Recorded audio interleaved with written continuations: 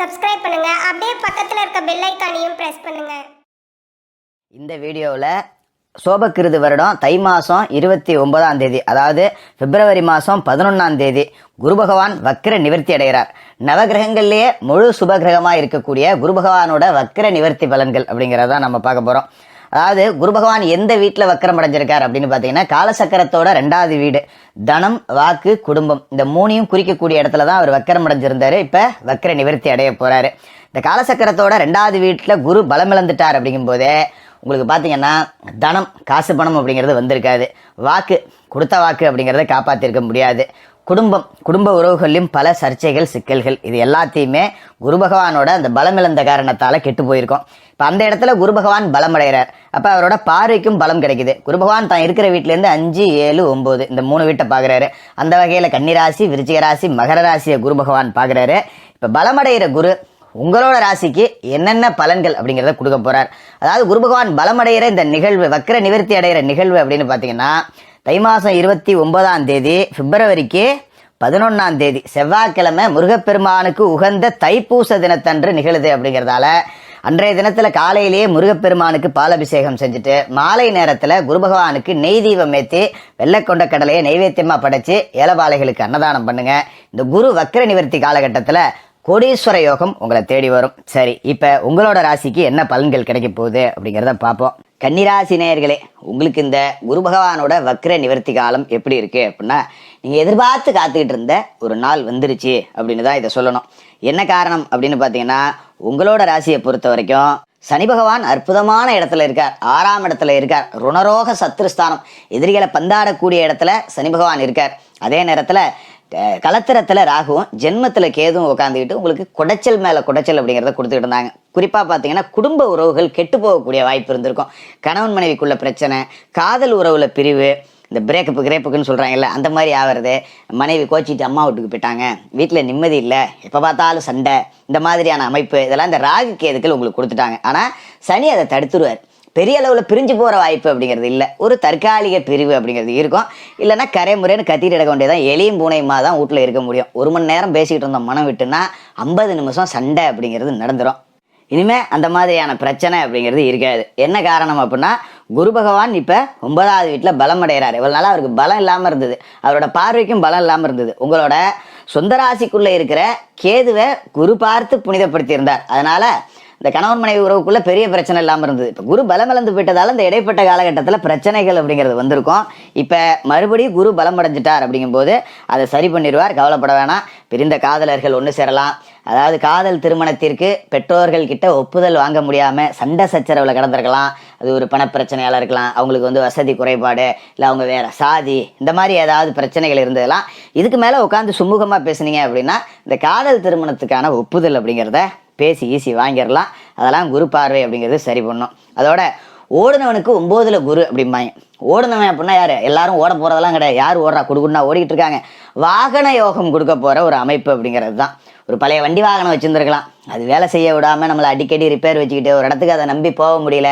ஒரு வெளியூருக்கு போனோன்னா பாதியில் நின்று போகுது, இல்லை ஒரு பெட்ரோல் கொடுக்க மாட்டேங்குது, அடிக்கடி வேலை வைக்குது, வண்டியை மாற்றுறதுக்கு ஒரு நேரம் இல்லையே, ஒரு 10 ரூபா காசு பணம் கிடைச்சா இதை போட்டுட்டு புது வண்டி வாங்கலான்னு பார்க்குறேன், அதுக்கு ஒரு நல்ல நேரம் இல்லையேன்னு நினச்ச கன்னிராசிக்காரர்களுக்கெல்லாம் புது வண்டி வாகன யோகம் அப்படிங்கிறது இருக்குது. அதுக்காக ரோட்டில் நடந்து போயிட்டு இருந்தவங்க நேராக பென்ஸ் கார் வாங்கிட்டு போகிறாங்க அப்படின்னு நான் சொல்லலை.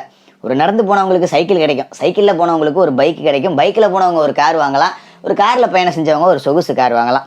அடுத்தடுத்த வாகன உயர்வு, வாகன யோகம் அப்படிங்கிறது நிச்சயமாக இந்த காலகட்டத்தில் கிடைக்கும். ஏன்னா குரு பகவான் யார் அப்படின்னு பார்த்தீங்கன்னா, உங்களோட ராசியை பொறுத்த வரைக்கும் 4வது வீட்டுக்கும் அவர் தான் அதிபதி, 7வது வீட்டுக்கும் அவர் தான் அதிபதி. இப்போ 4ஆம் இடத்திற்கு அதிபதியான குரு பலமடைகிறார். அப்படிங்கிறப்ப மருத்துவ செலவுகள் இருக்காது. பொதுவாகவே மருத்துவ செலவுகள் அப்படிங்கிறது இந்த காலகட்டத்தில் இருந்திருக்கும்.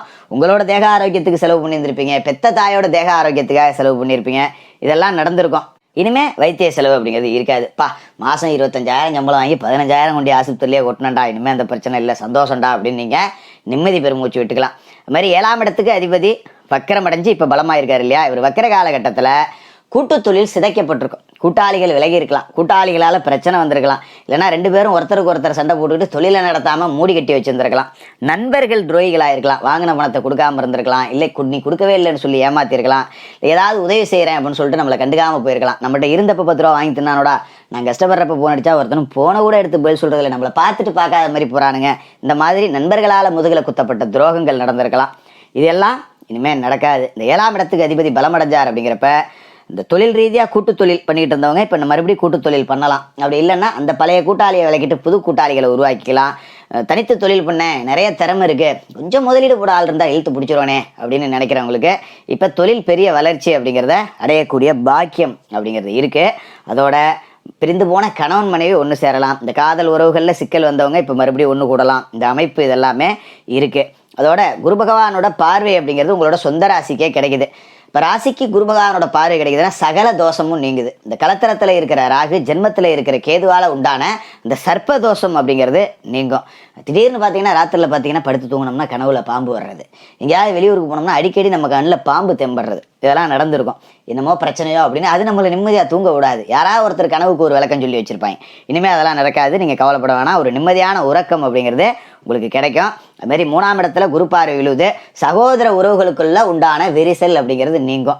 ஏதோ ஒரு வகையில் ஒரு இடம் பிரிச்சுக்கிறதுல, இல்லை ஒரு குடுக்கல் வாங்கல, ஒரு திருமண உறவுகளில் நாங்கள் ஒத்துமையாக இருக்கோம், மனைவிகளுக்குள்ள சண்டை எங்களை இழுத்து விட்டாங்க, பிள்ளைங்களுக்குள்ள அடிச்சுக்கிச்சு எங்களை சண்டையில் இழுத்து விட்டுருச்சு, இப்படி பிரிஞ்சு போன சகோதர உறவுகள், பங்காளி உறவுகள், அரடிக்கும் ஒரு அடிக்கும் சண்டை போட்டுக்கிட்டது, செவுத்தண்ணி தள்ளி கட்டிவிட்ட, வேலியை மாற்றி போட்டுட்ட, வரப்பை வெட்டிவிட்ட, இந்த மாதிரியான பிரச்சனைகள் எதுவுமே இதுக்கு மேலே இல்லாமல் ரொம்ப சுமூகமாக இருக்கும்.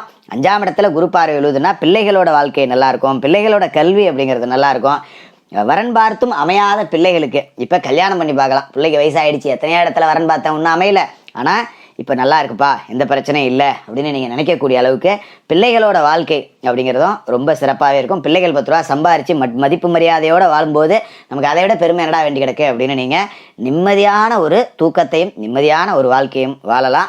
இந்த குரு பகவானோட வக்கர நிவர்த்தி தைப்பூச தினத்தன்னைக்கு வருது. அன்னைக்கு காலையில் விநாயகர் வழிபாடு செஞ்சுட்டு குரு பகவானுக்கு மாலை நேரத்தில் நெய் தீபம் ஏற்றிட்டு ஏழைபாளைகளுக்கு உங்களால் முடிஞ்ச உதவிகள் செய்யுங்க. இந்த குரு பகவானோட வக்கர நிவர்த்தி காலகட்டம் ரொம்ப அற்புதமாக இருக்கக்கூடிய ராசி அப்படின்னா அது உங்களோட ராசி தான். கன்னி ராசிக்காரர்களுக்கு வாழ்த்துக்கள். மேலும் தகவலுக்கு எங்கள் சேனலை மறக்காமல் சப்ஸ்கிரைப் பண்ணுங்கள். நன்றி.